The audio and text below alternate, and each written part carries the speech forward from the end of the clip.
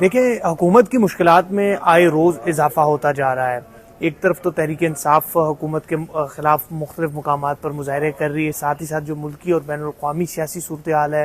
اس کے بعد اب حکومت کی ایک سابق اتحادی جماعت جس سے حکومت ہمیشہ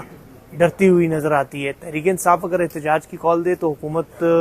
اتنی پریشان نہیں ہوتی، مگر جب مولانا فضل الرحمان احتجاج کی کال دے اس پر حکومت کے ساتھ ساتھ ادارے بھی پریشان ہو جاتے ہیں اور وہ اس بات پر سوچنے پر مجبور ہوتے ہیں کہ مولانا فضل الرحمان کو کس طرح قائل کیا جائے۔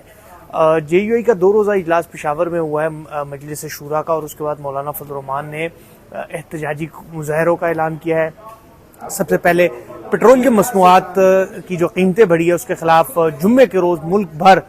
میں ہر ضلع میں احتجاجی مظاہرے کا اعلان کیا، اور اس کے ساتھ ہی ساتھ حکومت کے خلاف 12 اپریل کو مردان میں ایک بڑا جلسہ عام ہوگا مہنگائی کے خلاف، اور اس کے بعد پھر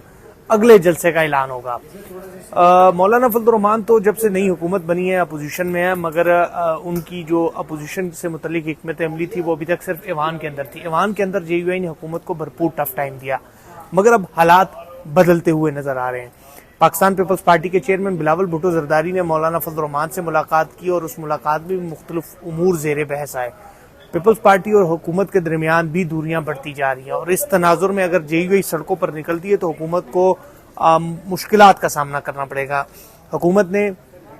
جے یو آئی کو منانے کے لیے بھی کچھ لوگوں کو ٹاسک دے دیا ہے، مگر جے یو آئی کا یہ موقف ہے کہ وہ جمعے کے روز ملک بھر میں پیٹرولیم مصنوعات میں قیمتوں کے خلاف احتجاج کریں گے، 12 اپریل کو مردان میں جلسہ عام سے خطاب کریں گے، اور اس کے بعد اگلے جلسے کا اعلان کریں گے۔ آج بھی سینٹ آف پاکستان میں جے یو آئی کے پارلیمانی لیڈر سینیٹر مولانا عطاء الرحمان نے گفتگو کرتے ہوئے حکومت کو یہ باور کروایا ہے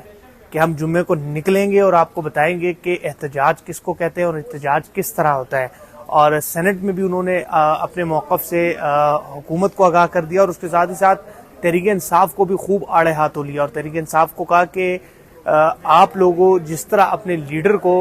جیل سے نکالنے کی کوشش کر رہے ہیں اس طرح لیڈر آزاد نہیں ہوتے، اور اگر آپ نے لیڈر کو آزاد کروانا ہو تو یہ معاملہ بھی ہمیں ٹھیکے پر پھر دے دیں، تو ہم آپ کو بتائیں گے کہ لیڈر کو کس طرح آزاد کروایا جاتا ہے۔ احتجاج کا یہ طریقہ کار جو تحریک انصاف حاصل کر رہی ہے یہ درست نہیں ہے۔ تحریک انصاف کے ایک رکن نے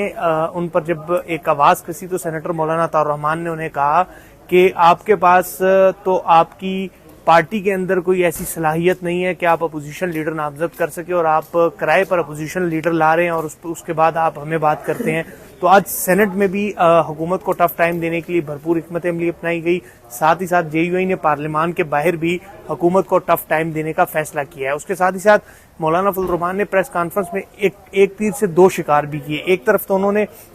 حکومت کو فارم 47 کی حکومت قرار دیا، تو اس کے ساتھ ساتھ یہ بھی تانا دیا کہ حکومت پاکستان پیپلز پارٹی کے کندھے پر کھڑی ہے اور پیپلز پارٹی کے تعاون سے کھڑی ہے۔ تو یہ وہ 2 چیزیں ہیں، دونوں کو باور کروا دی، اور اب دیکھتے ہیں کہ جمعے کے روز کہاں کہاں پر احتجاجی مظاہرے ہوں گے، اور پھر جو